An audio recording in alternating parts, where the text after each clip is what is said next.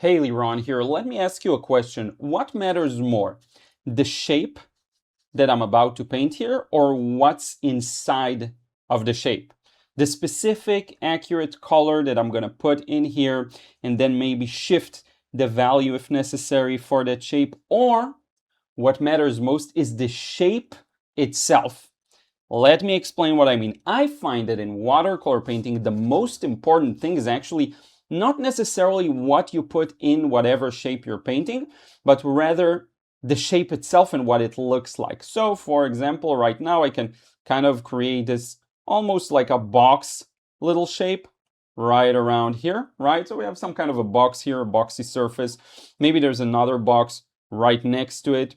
Now, yes, it doesn't matter what I fill into that shape, how dark it is, how light it is, but what's more important is actually the shape itself.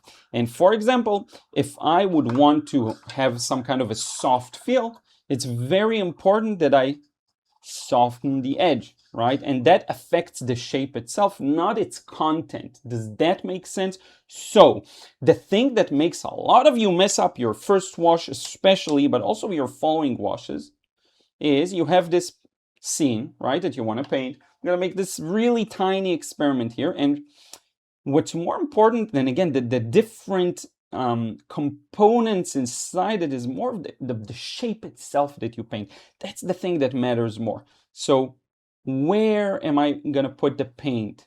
Where am I going to paint it, right? This could be whatever, like a river in Antarctica. Doesn't really matter. What matters is what I just established. And whether, you know, this needs to be a little looser, that affects my shape itself, right? Not the contents of the shape. And you can always go back in the next layer and take care of the content. Let's do another quick one right around here. You can always change what's inside in the following wash, and I'm going to show you, now I'm showing you a bit of an abstract experiment, but I'm going to show you in a moment an actual, how I apply this to an actual painting, okay? So you got this thing here, and then maybe, you know what? Maybe there's a bit of yellow, maybe there's grass, right?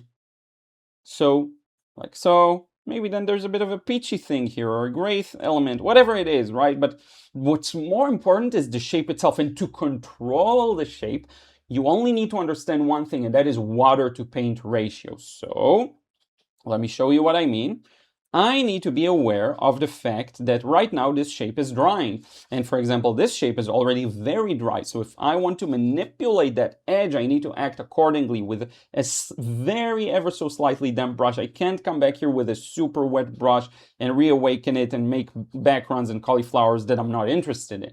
Okay, so what's far more important than having the accuracy inside the shape, because you can come back in the next layer, is controlling the shape itself. And I'm going to show you right now how I apply this to a project that I'm working on. You may recognize this scene, but let's get to it. So as I mentioned, you might have seen this scene before one way or another. I tackled it multiple times. I'm going to demonstrate exactly how it matters more where you paint and the shape of the thing you paint and the edges and things that relate to the shape more than the contents of the shape. The contents do matter, but not as much as you'd think, and definitely not as much as you'd think for the first wash, okay? Because first wash is kind of covering the thing up. And that's where I think a lot of beginners get lost, because you put a lot of emphasis on the inside the contents. Things dry on you, you get patchy washes that just don't look good. It happens so often. I've seen it so many times. But before I move on and show you how I connect the sky to the ground here, which is very interesting, I do want to stop for a moment and tell you that this video is sponsored by my own course, the Frustration-Free Watercolor course. If you're a beginner to watercolor, I have an eyelash here. If you're a beginner to watercolor painting and you're struggling with looseness and you just want to be able to paint things directly, beautifully, with flow, freshness, vibrancy, check out the Frustration-Free Watercolor course. I'm going to put the first link in the description box below. Click the link, fill in your details, join. You won't regret it. This is like my best course.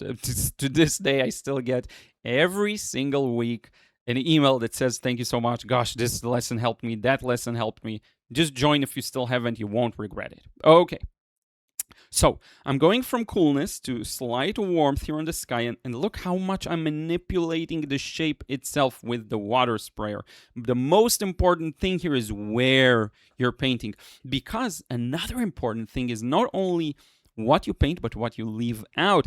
And that has to do with shape, right? The shape that you paint, by definition, means that you leave out another shape. That's very, very, very important. So I'm mixing something that is relatively, you're starting to see it's a little thicker, and I'm being a little more mindful of what I'm doing here because we're getting to the horizon line. But once again, I would argue the accuracy of the color, value, etc. that I'm putting here is not as important as where it's going to sit and its relations with what I have there in terms of edge. Okay, so I'm starting to build this horizon line, and the horizon is a little more gray, right? So because it's gray, it's being sent to the background. We're starting to get that aerial perspective feel where there's some sense of depth. Notice how the right side has clean, dry, for the most part, paper, whereas the left is wet and wet into the sky. So that creates a variety of edges once again. That's very interesting. I'm going to mix in a bit more of a dark paint there and just start to establish that road. You might notice there's a thin road that moves towards us, right? And I love this scene. This is in Wayne County, if I'm not mistaken, Ohio. I've painted multiple iterations and versions of this. But look, you see the right side doesn't matter as much. You just place it in there. Now, again, you want to be a master of water to paint ratio. You want to know exactly what every edge is doing. So everything above, we don't care. Sky into the horizon, that's done. What we care now is the lower section. That's about to dry, and we need to be aware of that because more important than the color or the value is what you're going to do with that edge, right? So right now I am taking my time to create less ambiguity in that distance to really show there's a road coming in there. But the thing on my mind, honestly, as I do this is the lower part of the shape and how I'm going to connect it to the rest of the painting. That's really, really, really key. Okay, the more experienced you get, the more time you naturally take to develop the thing you're currently working on. That happens.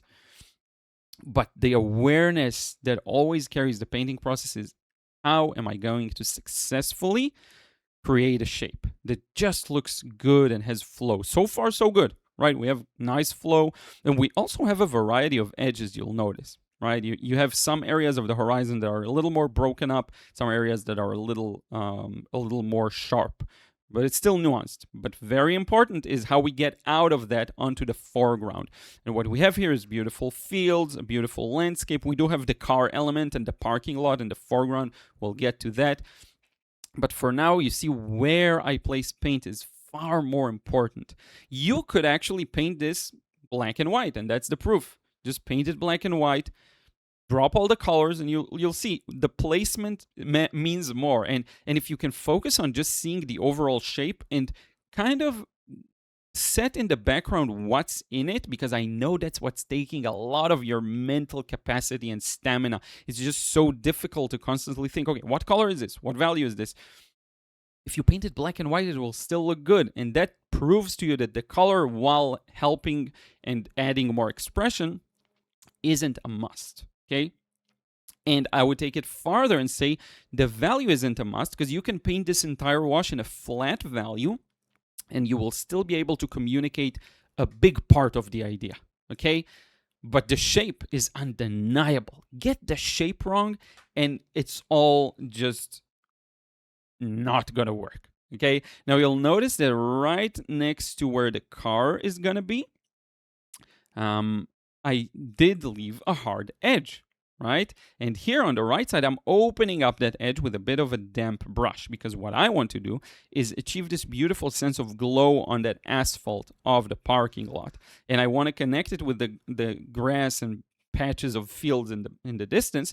But for the car, I actually do want to leave a highlight there. Now I realized, very importantly, this shouldn't be as light, but it should be a different color. So while I'm at it and I have a different color on my brush, why not set that up now, set it for success later? But again, where the car is, that's where without any worries, I left at least two shapes that are going to stay rough edged, okay?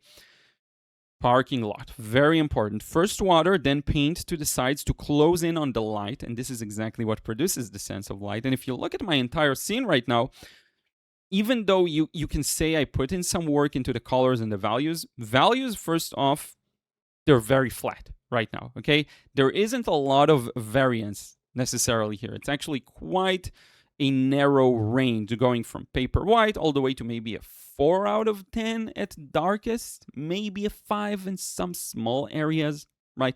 Now, the colors are so together and kind of blended and shades of gray, versions of green and yellow that, and look at this, closing that gap there, closing the shapes together with one confident, continuous movement of the brush. That's how you do it.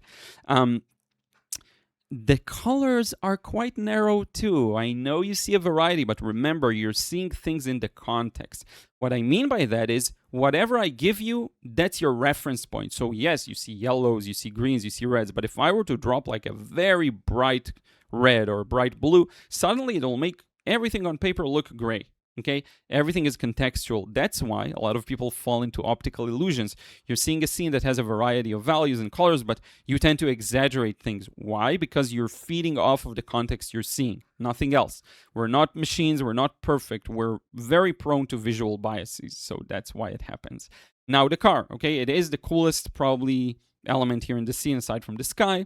It has a warm shadow that I established. Look at how important this area, can you see my mouse? Yeah, you can see my mouse. This area here, the transition from light to dark, from warm to cool, right? It does create some kind of an impact, some kind of a feeling of a shadow. But you see, this is pretty much it for a first wash. Very, very simple. But the thing you always want to be mindful of is your shapes. Where are you painting? Yes, there is some nuance control. Yes, there is a variety of edges. Yes, I vary the colors and the hues, all of that. But the thing that makes this first wash is where I painted and what are the edges of the different shapes. So I would almost always prioritize general flow and general placement over specific accuracy within the shape. And I find that if I just put that on the back burner and just focus on the shapes first, I tend to paint much better first, second, third washes, whatever it is, details contained within smaller shapes, everything just works better. So if you take one thing from this video is, are you overthinking the contents of the thing you're painting and completely ignoring where you're painting it, right? You can paint such beautiful, simple paintings, that look fantastic based solely off shapes. By the way, Joseph Zbukvich has a fantastic demo he does with, I think it's Eric from Plein Air, the Plein Air magazine, all of that he shows how he turns like a snowy scene into a boat scene, into a Venice canal scene. It's like multiple transformations in one process. Why can he do that? Because he focuses on the shape, not just the value and the color. So in any case, those are my 2 cents. If this speaks to you, if this form of teaching also speaks to you, check out the frustration-free watercolor course. You won't regret it. Learn, solve that problem today. Just paint loosely. After you paint loosely, the world is your oyster. You can achieve pretty much whatever it is you want. Click the first link in the description box below. Fill in your details. Join. You get immediate access, lifetime access to the course. Watch at your own pace. All of that, yada, yada. Okay, if you have any questions, leave them in a comment down below. Thank you so much for watching. I want to thank everyone who supports me over on Patreon. If you want to receive credits at the end of the videos, that's how you do that. Check it out. There will be a link for that as well. And yeah, I will talk to you in another vid soon.